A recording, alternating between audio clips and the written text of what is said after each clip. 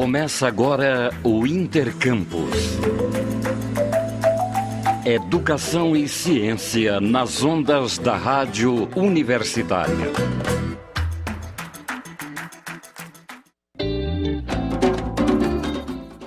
Olá, bom dia. Começa agora o programa Intercampus pela Rádio Universitária. Eu sou Isaura Carrijo e você pode nos ouvir pelo rádio nos 870M, pela internet no site radio.ufg.br ou pelo aplicativo Minha UFG.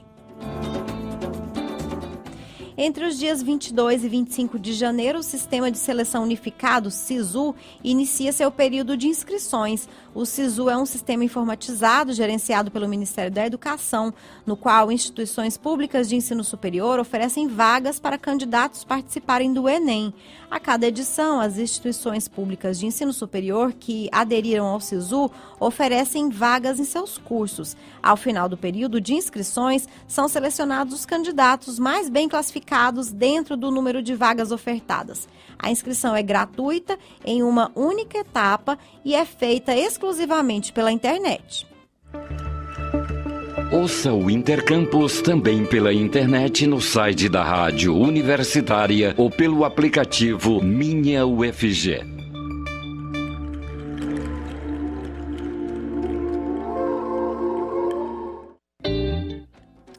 Na escola, as crianças aprendem línguas, ciências exatas e uma infinidade de matérias durante o desenvolvimento escolar.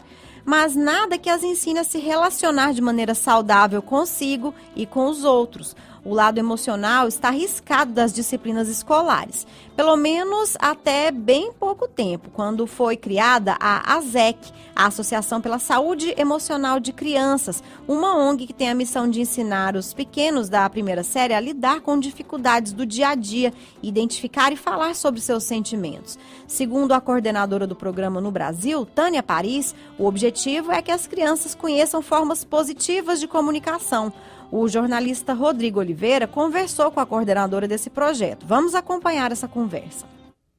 Programa da ASEC, Associação pela Saúde Emocional de Crianças, organização parceira do CVV, o Centro de Valorização da Vida, leva educação emocional a escolas públicas de todo o país.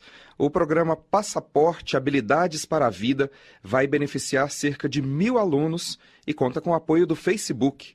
Para saber mais detalhes, eu vou conversar agora por telefone com a fundadora da ASEC, a Tânia Paris. Fala um pouco para o nosso ouvinte sobre essa iniciativa.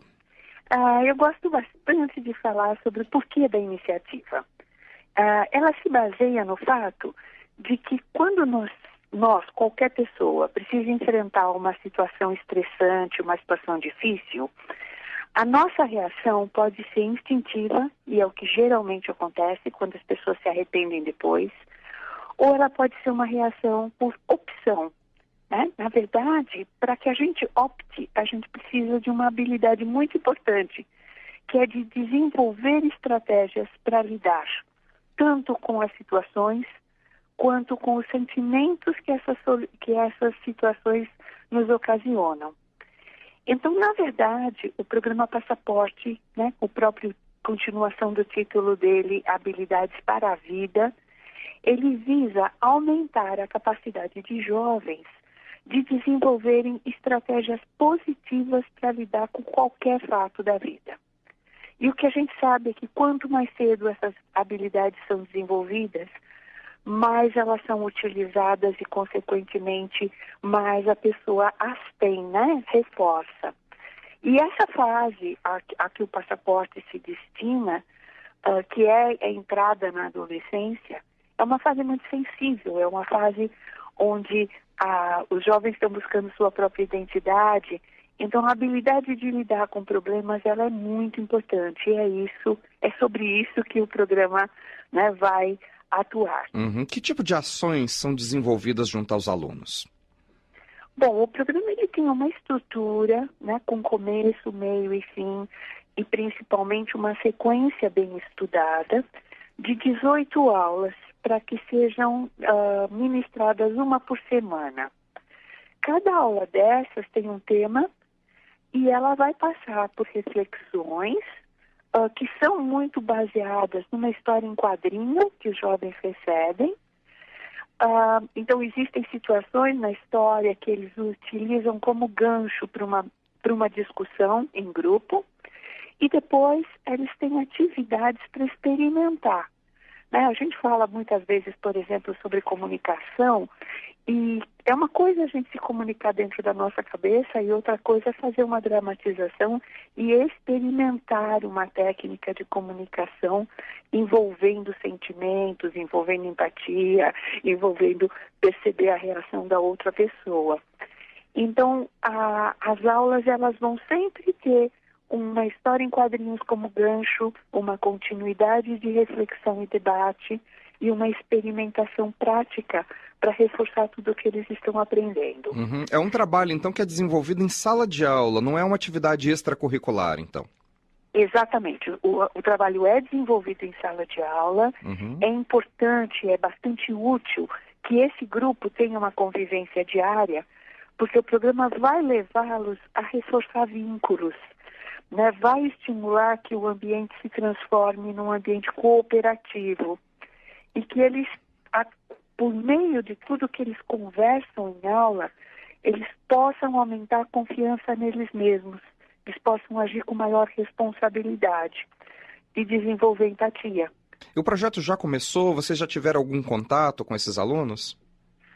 Sim. O fundamental no projeto é a formação dos professores. Então, cada uma das escolas escolheu um educador que tinha afinidade com o tema, afinidade com os alunos, e esses educadores e mais o orientador da escola participaram de uma formação e continuam sendo acompanhados e vão participar de outras atividades de formação ainda durante o desenvolvimento do programa.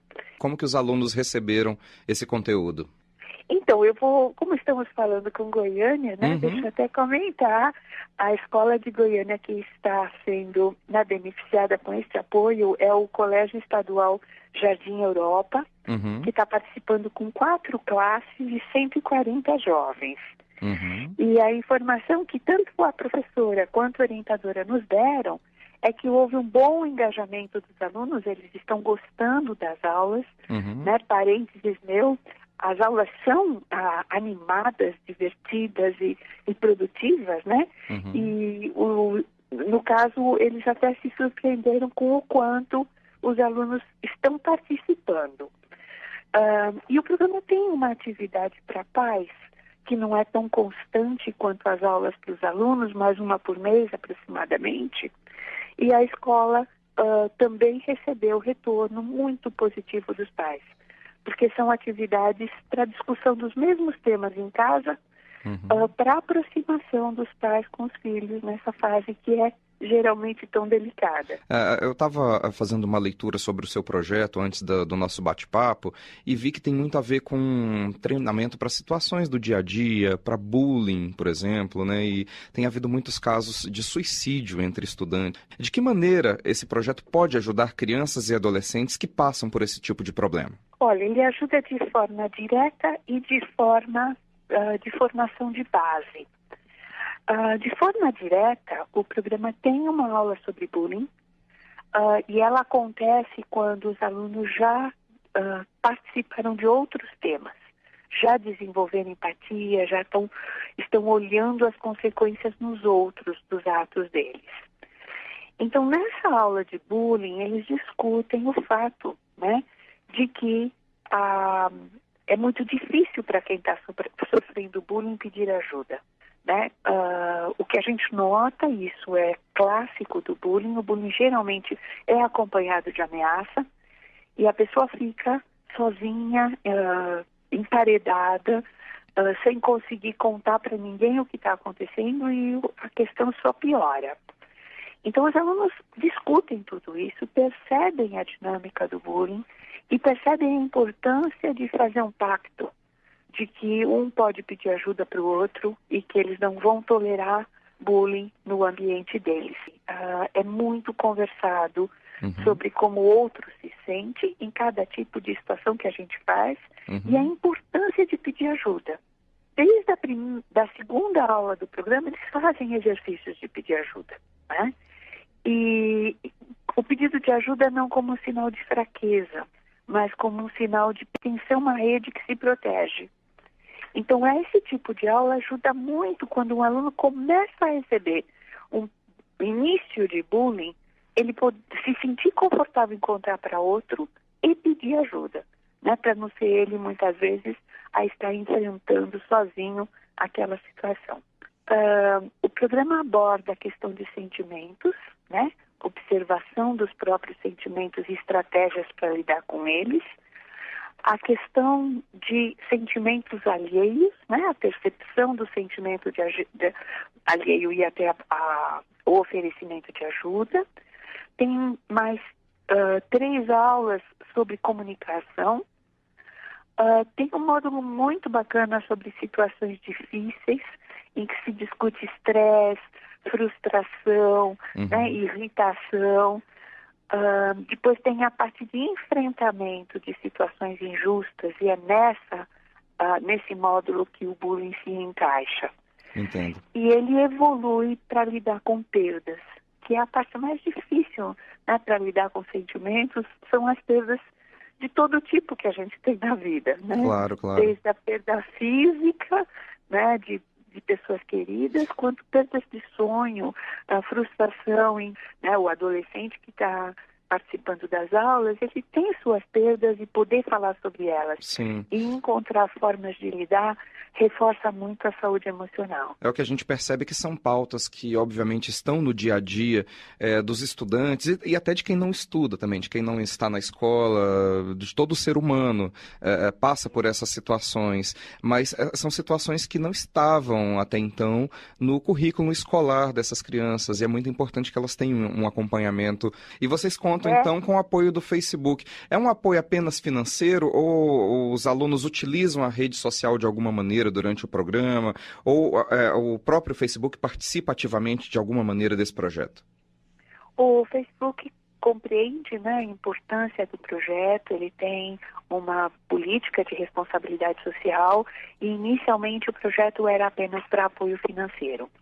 Mas como nós estamos reunindo esses educadores, né, para serem capacitados nas diversas modalidades, nos diversos temas do programa e nessa conceituação toda, nós percebemos juntos a oportunidade do Facebook ajudar na formação dos professores, no caso sobre segurança em redes sociais. Né, isso já aconteceu em julho, mas não que se utilize rede social nas aulas. Entendo, perfeito.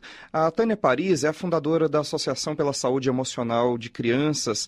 Participou conosco aqui do Jornal das 6, eu agradeço e boa sorte no projeto. Muito obrigada, Rodrigo. Um abraço para você e para os seus ouvintes.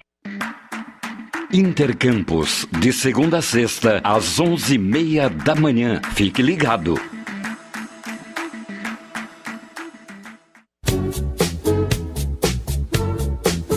Jornal das 6. Independência e credibilidade desde 1980, de segunda a sexta, a partir das 6 horas da noite. Não perca!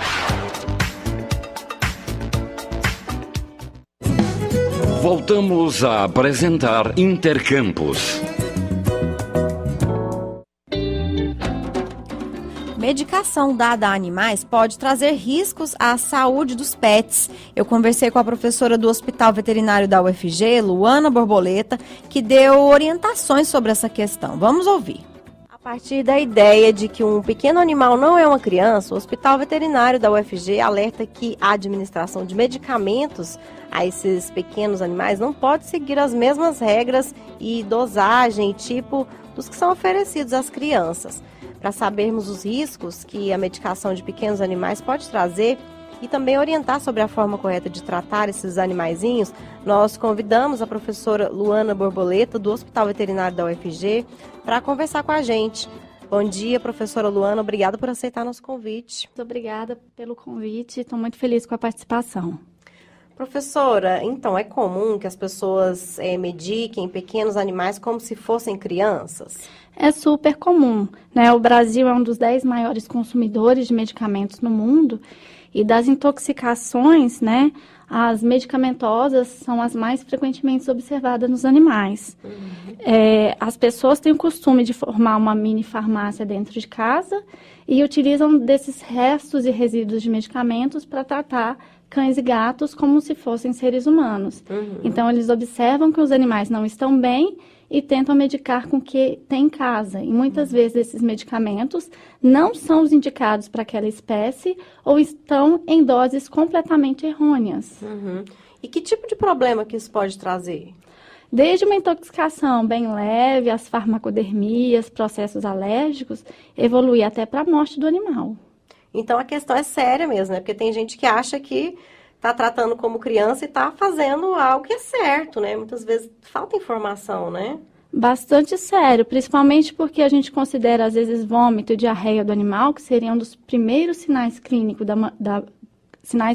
da maioria das intoxicações. As pessoas têm a falsa ideia de que é uma coisa transitória que vai melhorar. E demora a levar um animal para atendimento.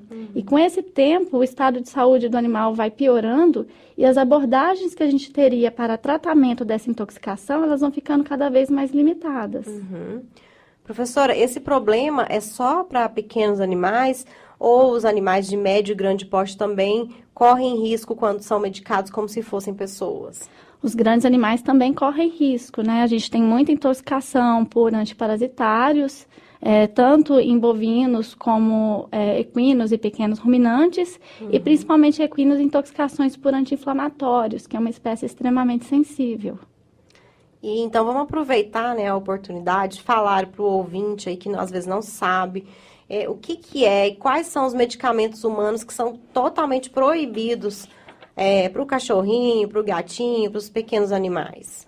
Nós temos uma série, né, de medicamentos que são contraindicados, principalmente correlacionado à dose, né? Se a gente for considerar antibióticos, nós temos antibióticos que são hepatotóxicos, nefrotóxicos, neurotóxicos, causam aplasia de medula óssea, causam alteração na produção de lágrimas, levando a uma ceratoconjuntivite, anemia hemolítica imunomediada, reações de hipersensibilidade e do caso do antibiótico de uso indiscriminado, pode gerar uma disbiose, que é a alteração de toda a microbiota do animal, né?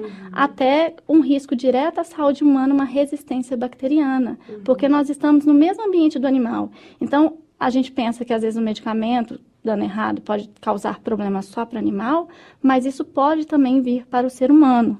De anti-inflamatórios, né, que são inibidores aí do processo inflamatório, né, eles podem gerar úlceras gástricas intestinais com vômito e produção de fezes com sangue ativo, né, e evoluir para a causa de morte do animal pela perda sanguínea, dores abdominais, gastrites. A pessoa tende a colocar aqueles remédios de gotinha, né, dipirona, isso é nem pensar, né, professora?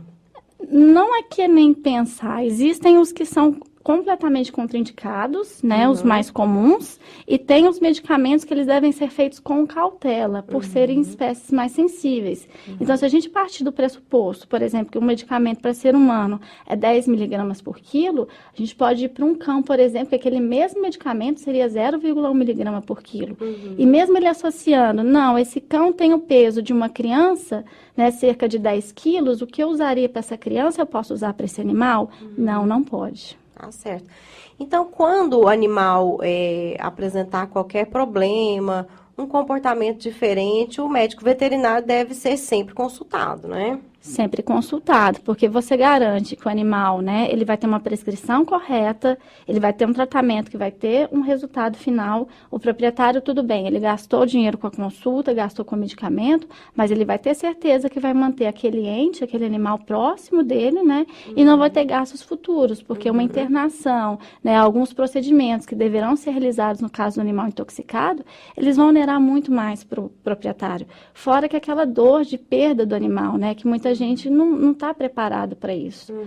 E muita gente também, hoje em dia, com YouTube, internet, resolve seguir dicas, né, de YouTube. Já aconteceu de de vocês receberem animais, que a pessoa resolveu medicar sozinha porque viu na internet e deu problema? Muito comum, inclusive dos tratamentos também, né? Que falam que é para induzir vômito, que é para dar leite, que é para dar quiabo, né? Que em tal local é para dar um banho de tal forma. E dependendo do princípio ativo, né, que está intoxicando o animal, as abordagens elas são diferenciadas. Para aquele princípio, isso é recomendado, para outro, ele é contraindicado e pode até piorar. Então, as pessoas pegam uma coisa como se fosse uma informação global e viraliza e não sabe o perigo disso. Né? A gente tem que tomar muito cuidado com informações de rede social. Então, no hospital veterinário da UFG, como é que é feito esse atendimento? É mais barato que em clínica particular? Funciona final de semana? O hospital veterinário ele é um hospital escola, né? A gente tem desde os professores, né, pós-graduados, médicos veterinários, residentes, estagiários. Temos uma rotina de segunda a sexta-feira, iniciando às 7h30 da manhã e finalizando às 17h30, né, para consultas. Mas o funcionamento do hospital ele é por 24 horas, né, durante todos os dias da semana para os pacientes que estão internados ou em procedimento emergencial. E o hospital veterinário ele tem um preço um pouco mais acessível do que das clínicas veterinárias, para fazer essa participação também com a comunidade, né, de baixa renda. Então, professora, vamos aproveitar a oportunidade, né, para dar o endereço, contatos do hospital veterinário. O hospital veterinário ele fica no campus 2 da UFG no Samambaia, na Avenida Esperança, dentro da escola de veterinária. Tem um telefone fixo lá, secretária que atende? Tem no site, né, outras informações, né, sobre o hospital, sobre outras dicas também. Basta acessar o site do Hospital de Veterinária da UFG, que tem todas as informações lá, né, professora? Isso, o endereço é www.hospitalveterinário.evz.br. Então tá certo, professora Luana, muito obrigada pelos seus esclarecimentos. Essa foi a participação da professora Luana Borboleta, da Escola de Veterinária da UFG, que ela contou um pouquinho para a gente sobre os riscos da automedicação de pequenos animais. Professora, obrigada pela sua participação e até uma próxima oportunidade.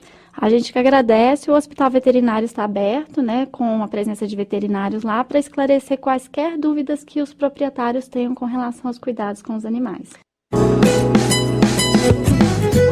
Intercampus, nas ondas da Rádio Universitária. Sintonize.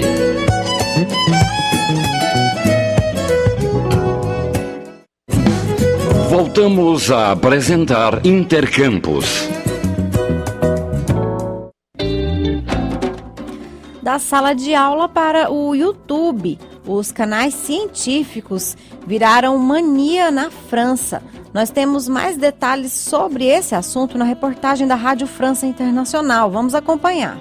Na França, na contramão da sala de aula, filósofos e escritores deixam a lousa e se transformam em youtubers famosos com milhares de visualizações diárias. A receita é transformar conceitos herméticos de física, química, filosofia e outros assuntos em algo acessível para a geração conectada. Bonjour à tous. Aujourd'hui, on va parler de la plus belle expérience de toute la physique. Um dos ícones dessa tendência é o físico David Loapre, criador do canal e do blog Science Étonnante, Ciência Surpreendente em tradução livre, especialista da gravidade quântica. Ele criou seu blog em 2011 e se tornou uma referência da chamada vulgarização científica.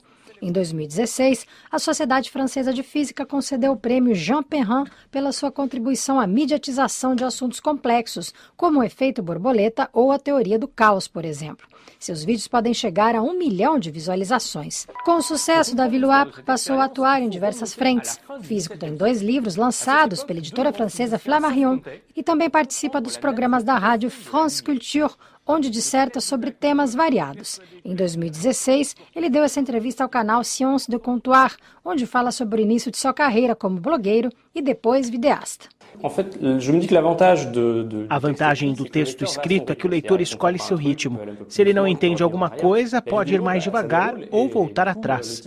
O vídeo passa e se você não entendeu algo, já era. Pensei então que esse formato não era adaptado para explicar conceitos complexos de ciências. Então percebi que, na verdade, era uma maneira poderosa de criar uma conexão com o telespectador e que, do ponto de vista pedagógico, é muito interessante. Davi Luapre não é o único que fez do YouTube seu ganha-pão e descobriu na plataforma uma maneira de tornar assuntos herméticos interessantes para estudantes que têm dificuldade de se concentrar na sala de aula. Thibaut Giraud, professor de filosofia do Liceu Marguerite de Navarre, em Alençon, na Normandia, criou o canal Monsieur Phi, Senhor Filosofia, em agosto de 2016. Ele se destaca no YouTube por ser um dos únicos a falar sobre questões existenciais. O sucesso foi tanto que hoje ele se dedica exclusivamente ao seu canal, que foi monetizado e possibilita que Thibaut viva de seus vídeos, que totalizam mais de 3 milhões de visualizações, um número importante para o mercado francês. O formato, ele acredita, permitiu a muitos de seus alunos entender teorias aplicadas ao cotidiano, como nesse vídeo onde ele explica, por exemplo, como demonstrar qualquer coisa através de uma argumentação consistente. O professor lembra que um argumento é um conjunto de premissas que justificam uma conclusão, mas só é válido se as premissas são verdadeiras ou reconhecidas como tal e têm uma relação direta com a conclusão. D'abord, une démonstration. Explicado dessa maneira pode parecer complicado, mas a linguagem utilizada pelo professor de filosofia francês em seu vídeo facilita o interesse pela matéria, como ele explicou à RFI Brasil. O fato deles se interessarem pelo assunto já é uma vitória. Um dos obstáculos da filosofia é que muitos alunos não se interessam nem um pouco pelo tema. E tem problema em prestar atenção em 1 hora de curso. Com um vídeo de 10 ou 15 minutos é bem mais fácil captar essa atenção. Ele explica que a filosofia é uma matéria obrigatória que aparece no último ano do 2º grau na França, um momento crucial para os estudantes que devem dominar a arte de escrever uma dissertação. Esse contexto, diz, não é estimulante para o aprendizado da disciplina. A escolha dos assuntos para seu canal, diz, é uma mistura. É uma mistura das minhas preferências, com temas que funcionam bem no YouTube. Desde setembro de 2017, Thibaut abandonou as salas de aula para se dedicar exclusivamente ao canal. Seu salário é pago pelas doações feitas pelos internautas, o que é relativamente raro. Thibaut e Davi Luapre são pioneiros, mas outras dezenas de canais pululam na web francesa. Entre eles, Lanterna Cósmica, Science Click e Eureka. Eles tratam de física, química, mas também economia e finanças. De Paris, Thaís Estivanin, da Rádio França Internacional, para a agência Rádio Web. E com essa informação a gente encerra o Intercampus de hoje. Os trabalhos técnicos foram de Sandro Alves. A todos, obrigada pela audiência e até amanhã.